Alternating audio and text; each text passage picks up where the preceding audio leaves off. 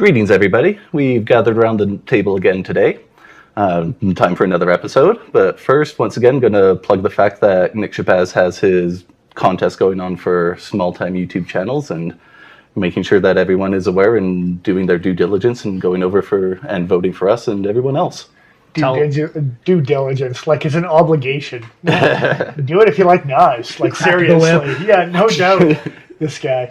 You know you want to. You know you need it. Yeah. That would be awesome if you could go over there and, just it would interact be with the community. appreciated. Yeah. Tell them what you think of us, and that'll help us improve. And maybe we'll get featured. Maybe not, but it'd be nice to try. So we're gonna guilt trip you, please. We need it. Well, he's going to guilt trip you. I'm gonna do it. Also, the other thing we should mention once again is what an awesome job Ryan did on the leather coasters that he made for us for the Pokey Factor. They're holding up. We hear So not far. nice people sometimes, so the fact that they are holding up is awesome. But yeah, he's got great work. Go check his stuff out. Ask him for some custom orders. He's more than happy to do stuff up for you. He does really awesome stuff. That he does. Really, really beautiful work. Yeah.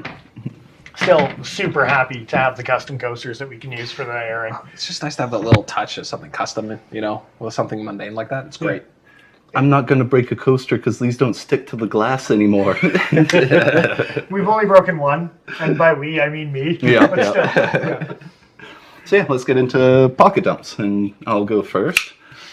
Playing around with my Benchmade Griptilian there, and this thing can take some abuse. It's still got schmutz on it. That's just a cat hair. But yeah, it does have a little bit of schmutz on. From throwing. Yeah.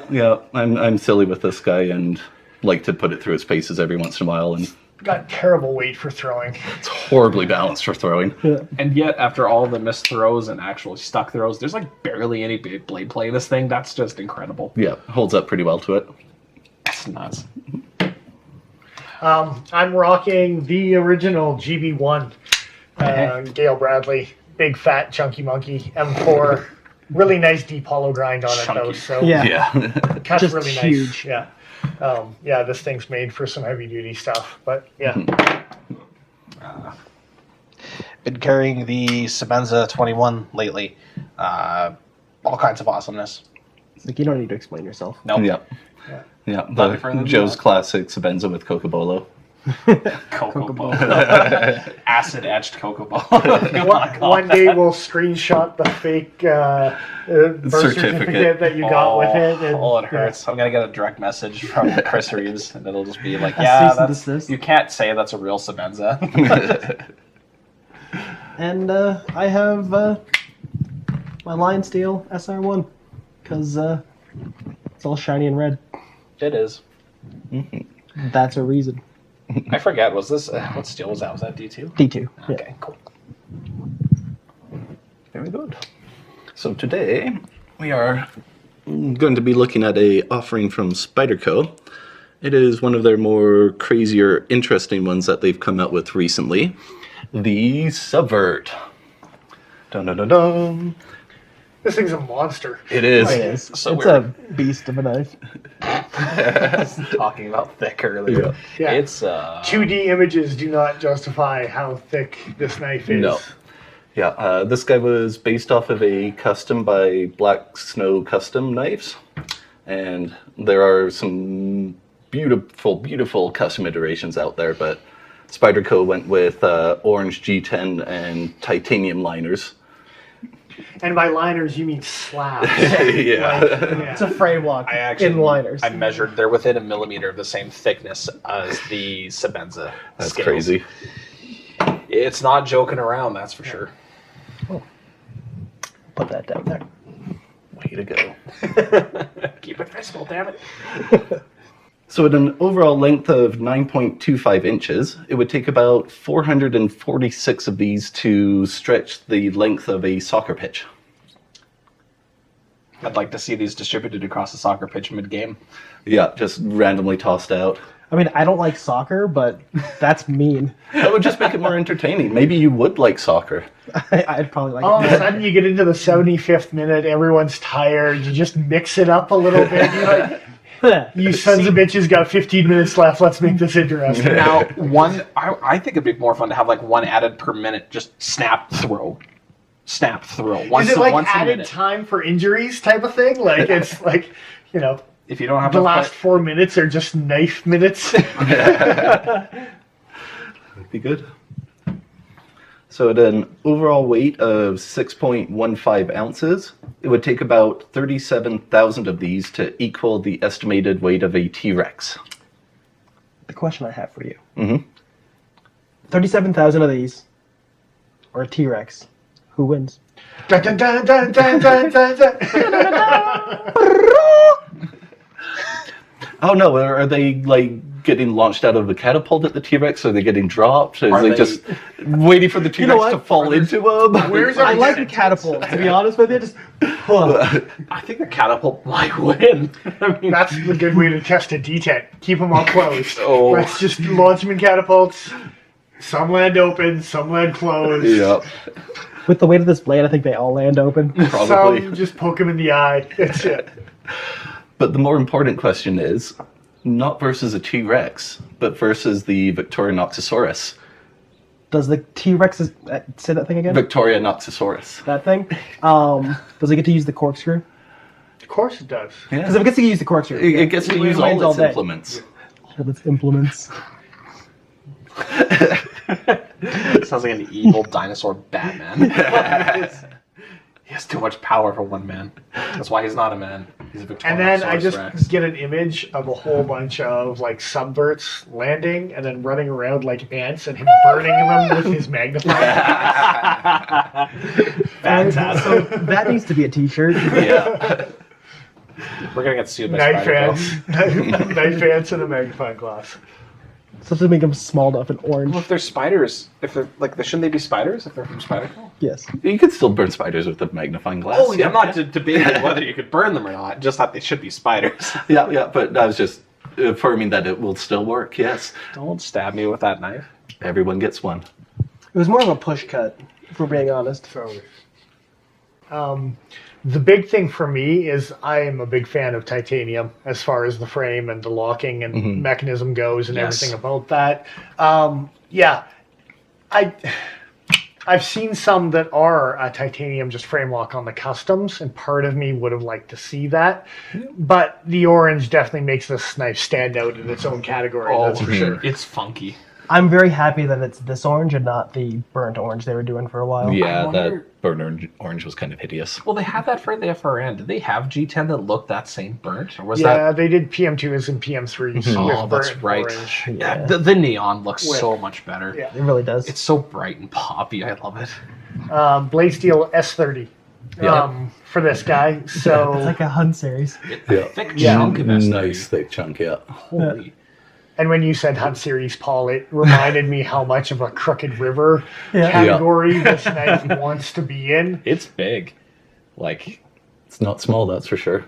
how does that feel in your hand, Nigel? Oh, it's so comfy. I love it in hand. It's pretty great. The double XL guy. Yeah. Well, of course that's good. Yeah. But even in a medium, a longer hand, a shorter hand, I think because it is just that non-generic single finger choil, and then everything else is just leaving you to let your Yeah. grip be. Yeah, I think it's going to work for a lot of different grip sizes. I really do. And that single finger choil, it's not deep enough and harsh enough that really locks you in. It's still got enough room. Excuse me, still got enough room that you can adjust your grip a little bit through it. That's it. I really like this thing. Like in every iteration of grip, I tried to find a spot that I didn't like, and I couldn't find one. Like, If there's something to be said for neutral-ish Yeah. ergonomics, and I think that this plays with that really well. Not so neutral is that blade shape. Though. That's kind of crazy. It's almost like Zulu-esque, like with that huge, sort of upswept portion. Of it reminds me of a 1796 saber. Yeah, Yeah, or like a bolo machete. That's more what it reminds me of. It's like just kind of a shrunk down, cartoonish machete knife, and it makes me giggle. I kind of really like it. I'm going to go out and cut some sugar cane type Yeah. of thing, right? Like it's, yeah. For sure. Yeah, man, this thing's a monster. It's And then also with the circular pivots on the inside. I like that accent of their triangular. Nice custom. Yeah. I wonder if this is another one of those D-shaped pivots that has dual sides, like the PM2, like what we were talking about a couple weeks ago. I would expect it in this. We haven't actually tried to Yeah. disassemble this one No. in any sort of way, but I'm curious about that because when we did the Rook knife review, Yeah. that was one of my cons, is that one of them was locked in, so the point to have them is just a symmetry thing. It's not necessarily a function. Yeah. And this might fall into the same category. I'm not sure. Yeah, we didn't test that out. You can drop in the comments if you have disassembled your Subvert and if it does have free spinning or if you do actually need double torques to get it undone. That's it. Oh, right side carry only, but they did It give sure is. Sorry. We have 2 minutes before we're going to start talking about the fact that it's a right hand only carry. Yeah, And you're going to leave that alone until then. Fair enough. But I think we could all agree that, like was said earlier, it's a really comfortable grip. It's super easy to open and close. Part of that due to the fact that it's running on ball bearings as opposed to washers. It's stupid smooth. And the weight of the knife and how much Yeah. weight is up at the front there, it's like just wants- slight little flick yeah. and it's gonna It wants pop to out open. for you. One of the smoothest Spydercos I've ever handled, out of the By far. box especially. Most definitely. But Just again, saying something, right? blade Like, weight has to do with that as well, Yeah. for sure. And even the fact that the ball bearings are encased in bronze casings. Yeah. So even if there is any sort of lateral place something were to touch, it's still touching bronze and not sort of steel casings or whatever they might be, Yeah. right? A So little bit more forgiving in that yeah, sense. to the point where if you do actually look down the spine of the knife itself, you would think that it would just be bronze phosphor because That's really all that's you see. really all you see. Yeah. Was that lock stick? That clang, or did you slide off the lock? I misfired. Okay. Yeah, Yeah. yeah. I was like, damn. That is one thing. This did break in over time when we first, well, we got time. When we first started playing with it, there was a little bit of stickiness, but it definitely broke in. Yeah, it is super smooth now. Yeah. So yeah, as Joe was kind of pointing out there, it is right-hand clip only, which is a bit of a piss off. And not just right hand, some substantial portion of the clip actually hanging out. Oh yeah, a whole bunch. Yeah. Nice deep carry. Be I nice. would see that say that's on par with what they've been coming out with lately, though, i.e. your smock, things like that type of idea, where they have been leaving. buy yourself a Lynch clip and be done Yeah, with it. it's almost like Spyderco is promoting the aftermarket guys by giving you a factory clip that they force You you want to get rid of? change. Yeah. Yeah. Spacing looks a bit different on the screws too, so I wonder if you even could get a secondary market clip for that. That's true. Yeah, That's yeah, weird. that is oddly spaced. I didn't really notice that. But even more so, no left-hand screws. Like, No, there's nothing none of that. tapped, nothing considered. Now, I Yeah. mean, the customs are like that as well. It's kind of Yeah. like, But at least like cold steel will give you a like this one's a very specifically machined right-handed clip. At least Yeah. cold steel gives you a clip that's machined from the other side and taps the screws and stuff.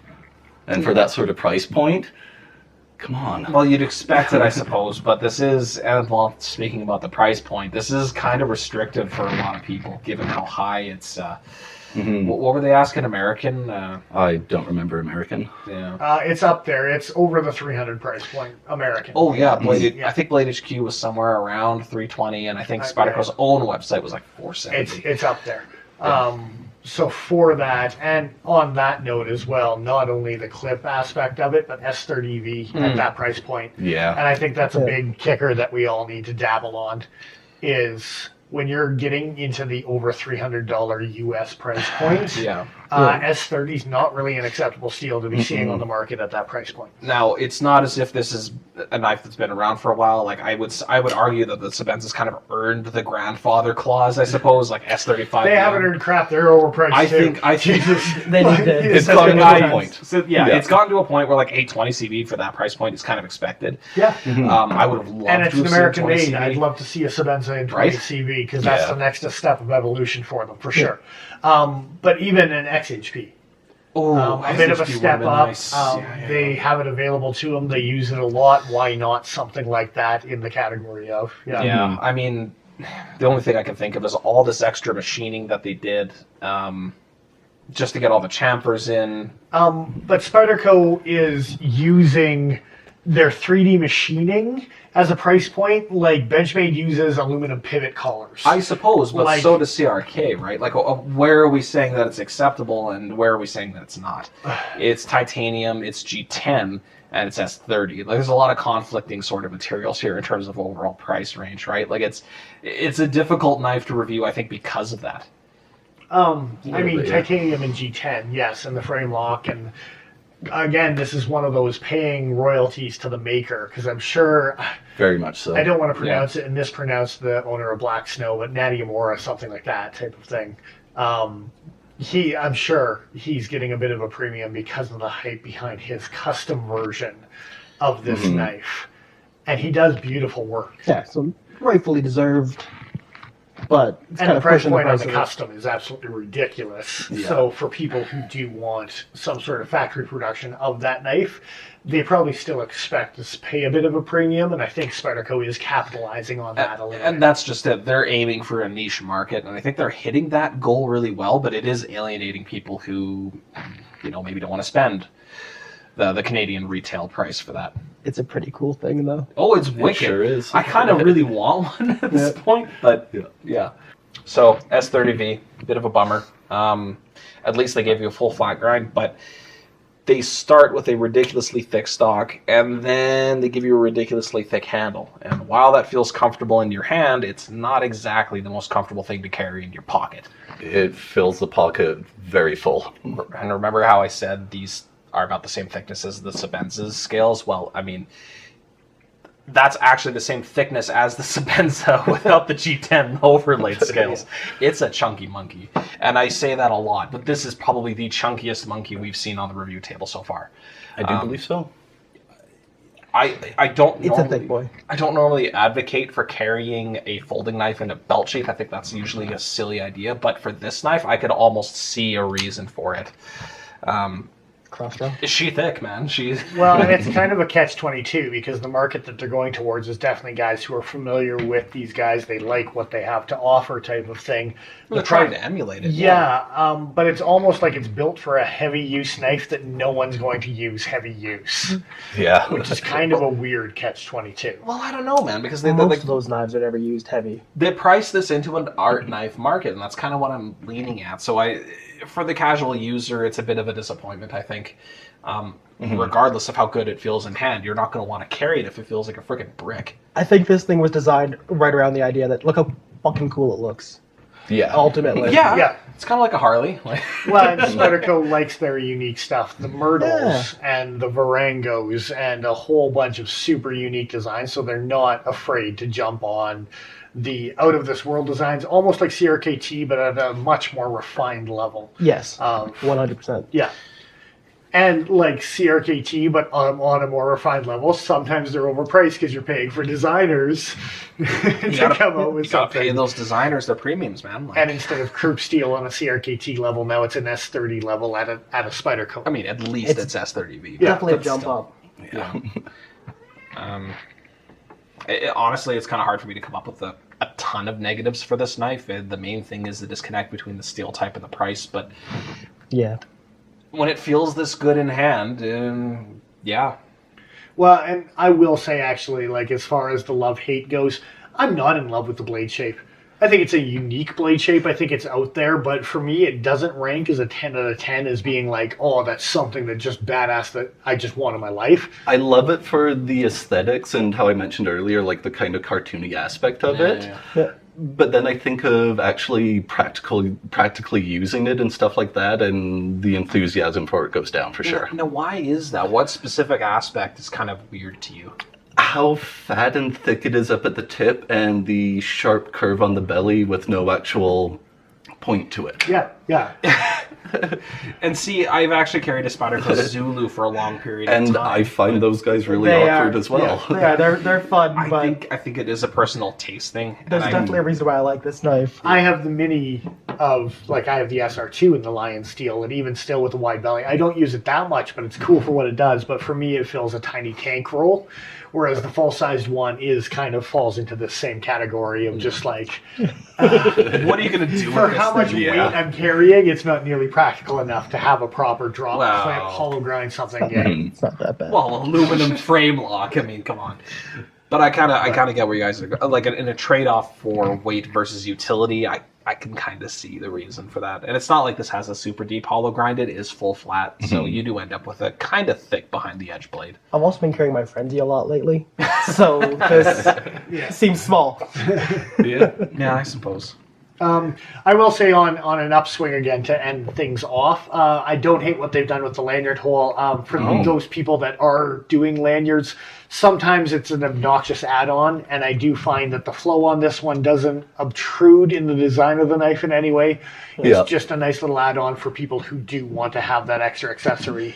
I do find it kind of actually helps with the design of the knife, just how the little bit of the liners are poking out in the Yes. finger choil area. It helps balance it out. I really want to like anodize that a different color. Yeah. And then I also love the little bit of detail that they did, that they actually chamfered the edges that are exposed, but then where the liner meets the scales, it's not chamfered, so you get a nice clean edge. That Yeah. transition, we did talk about that before we started filming, and Yeah. I think that's one of the nicer aspects about this knife is the attention to small little details like that. I think they do You that. better have that for that price. Oh, well, For sure. but that's my point. They're doing it for that price, whereas Spyderco in the past has maybe not done that for the price for some of their models. I think this is them starting to pay attention. I think they're trying to compete in the Sabenza market, so to say. Like that, I think they have been for the last couple of years. Yeah. and I think they're really starting to push it, which is nice to see. Oh, yeah. Yeah, sorry. No, it's- I'll just put that down before I. So onto the grading system for this guy. Me personally, I ended up giving this guy a C-, coming in at a score of 67. and why is it? Low points, high points. Low points for me were cost versus materials. We're definitely all in agreement that's way out of whack. I think I was the harshest for that. I ended up giving it a 4. I also gave it a 4 for pocket ergos, because for me, instantly, as soon as they give it a right hand only, I'm going to automatically score it a 5. And it is bloody thick and chunky in the pocket, so that's why I knocked it down a On little top bit more. of being a right hand only. Yeah. Yeah. Yeah, and then other than that, pretty much everything else was 8s and 7s across the board. Yeah. Yeah, all right. I'm just curious because I'm curious. Yep. Did you score the jumbones higher than this knife? I think I did, because of the cost versus materials wasn't as drastic as this guy. Understandably so. Yeah, Says Oz 8 for $150. Anyway. S30 for I 430. understand. Both tough pills to swallow. Very. One's just What can you slightly get grip less. for in S30 though? Like $160 $100 American. Yeah. Yeah. Anyway, on my note, 74 for this bad boy. I gave it a C+. Overall, I also docked it on cost versus materials. Yeah. S30 G10, yeah, you got some titanium liners, and the fit and finish is awesome.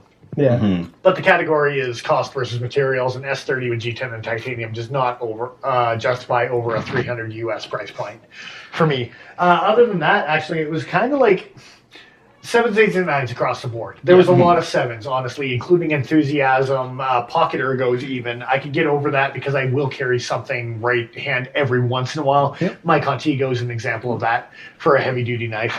But yeah, it's overall a mediocre kind of outing for Spyderco. Understandable. Can get bought for the cool factor, probably. Yeah. And I think Paul and I are very similar on this, but I gave it a 73, so a C+. Low points, cost versus materials. I gave it a 6. It's S30V. I mean, I have to live with that for certain models. For the fit and finish, they gave it high marks pretty much across the board. Cost versus fit and finish, I gave it a 9. Like, this knife is so well finished and so well constructed that, like, hard for me to dislike. For personal, nothing was below 7, but the material choice, I think for the price, it's still kind of affected it. The only reason I have to kind of question your 9 on fit and finish is because of the break-in period on the lock stick. Yes, I did experience a break-in period with the Sabenza as well. We didn't talk about that on the negatives, and I think it is worth mentioning that several of these models that we've played with straight out of the box have a ridiculous amount of lock stick. Now, having said that, this is less than a week's play, and it is smooth as a bell. Yeah. But 9's still a tough pill to swallow on fit and finish. And maybe just take that, like, average our scores. For what it is. Take it for what it is, but for me, lock stick is not a big deal. For me, break-in period isn't as much of a concern as it could be, I suppose, mostly because I fiddle with my knives a lot when I'm not using them if I'm doing other tasks, so it didn't really matter all that much. Especially when you've, like, if it breaks in quickly kind of thing. Yeah, and I mean, this seemed to break in within a period of about 24 hours of us all just playing around with it and feeling it up, so The crappy argument with that is you don't know if it's going to break in quickly or not until you actually own the knife. This is true. And that's the crappy side to that argument is, it might break in 48 hours. It might never break in, and it'll be the bitchiest knife to play with in the world. It's hard to say. You would assume that a titanium cut at the same length regarding the tang of the blade steel. It's going to be a fairly similar experience across the board.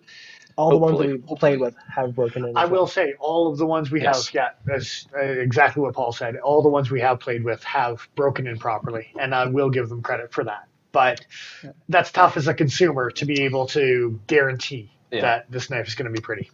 But as a just very very final note, hard for me to give this anything higher than a 7 for enthusiasm when it is S30V for the price. That's fair. Gotten to a point in my collection where I want something better than that when I'm paying that kind of money. Yeah, no, exactly. I'm pretty sure me and you gave it the exact same score, 73. Again, cost versus materials. What grade is that? 73 is a C+. There we go. Sorry. Yeah. Again, cost versus materials was a 6. The fit and finish was an 8 because of the lock stick. Actually, I dropped it from a 9 to an 8 because of that. The ergo is on it though. I gave it a friggin' 9. Like it's comfy. It's so nice. That's actually the same score. I think I gave it for sure. I don't know about the rest of us, but having something that's a universal just works with everyone. I gave it an 8, and I definitely agree. It's just fantastic. Yep. That's it. Other than that, the material choice for me, again, we're all in the same boat where it comes to you want to see something a little bit out of the norm when you're paying these kind of prices for a knife.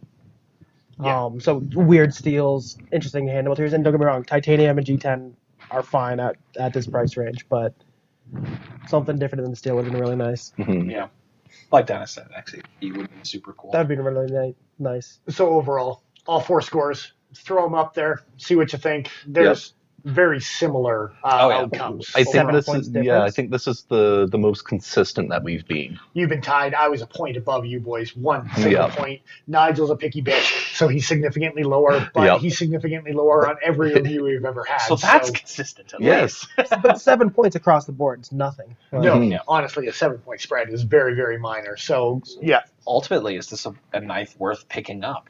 I guess becomes the question. If you like the design of it, it's really cool. If Black Snow Customs has been on your radar before this knife was produced, I think this knife is going to be even more so on your radar. If not, you might look at it and go, yay. You might look at it and say nay. Yeah. And I have found kind of response to just the overall design is a little polarizing. So that's going to be what it comes down to if it's going to be worth it for you. Understandably so. I like that kind of look. Yep. Wide blades are nice. All right. But that's it. That's all. I think we've pretty much said what we've had to say about this guy. We're all fans. Yeah. It's a cool knife. For sure. I don't know why I said it like that. Knife. It's a knife. It is kind of a knife. It is a knife. A little bit. But that being said, this is going to be all for this week. Nigel the Smith signing off. I am who I am. I'm Dennis Vipers. I am the Iron Joe. I'm XL.ca. We will catch you again next time.